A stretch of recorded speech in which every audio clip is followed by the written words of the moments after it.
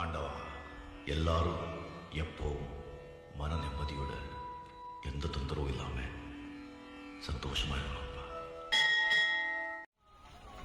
வணக்கம் மக்களே, கிட்டத்தட்ட 1 இயர் ஆக போகுது நான் திருவண்ணாமலை கிரிவலம் வந்து.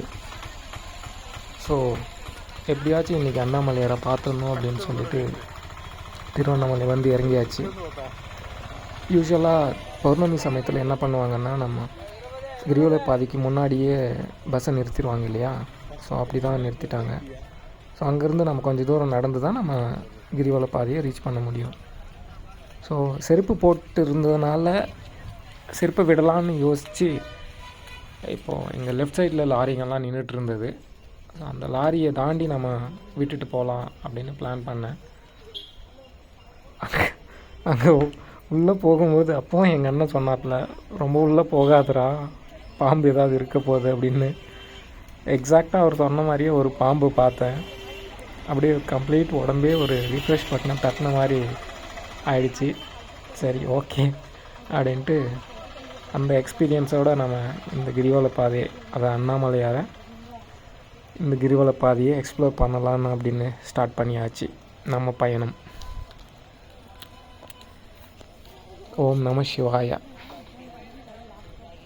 மலை ஈரத்தில் இந்த கிரிவல பாதையில் நடக்கிறது நிஜமாகவே ரொம்ப நல்லா தான் இருக்குது.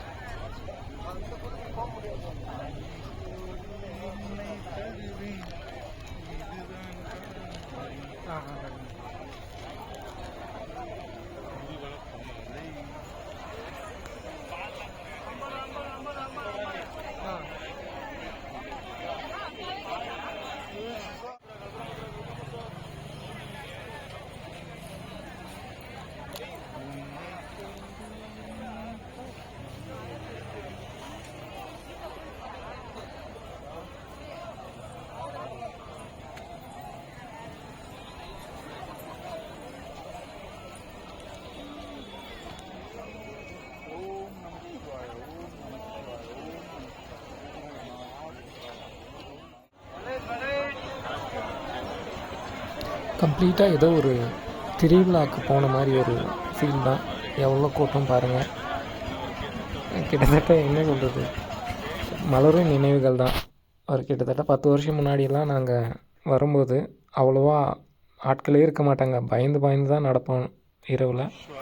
ஆனால் இன்றைக்கி பாருங்கள்,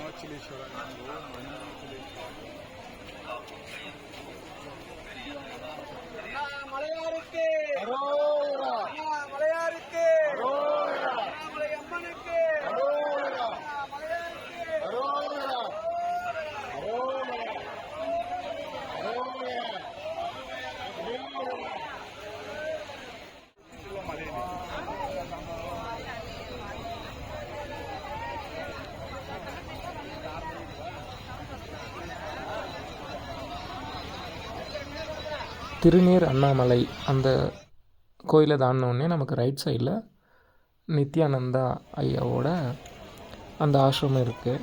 ஸோ அங்கே வந்தால் நிறைய கூட்டம் இருந்தாங்க. சரி, நம்ம உள்ளே போய் பார்க்கலாம் அப்படின்னு போனோம். அங்கே எல்லாருக்கும் அன்னதானம் நடந்துகிட்டு இருந்தது. ஸோ நாமளும் அதை வாங்கி சாப்பிட்டோம்.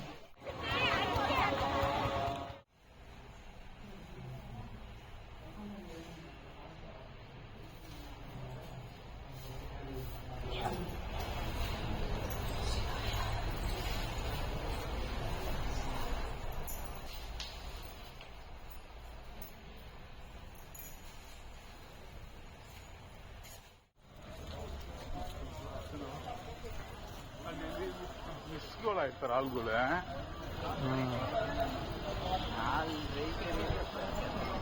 ಹೆಂಗೈತಿ 4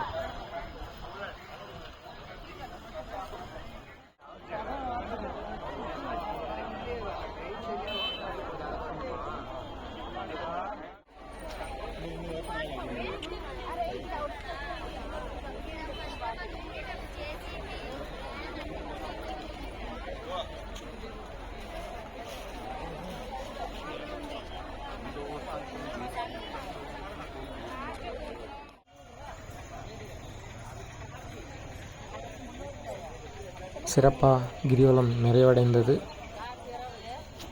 வாழ்க வையகம், வாழ்க வையகம், வாழ்க வளமுடன்.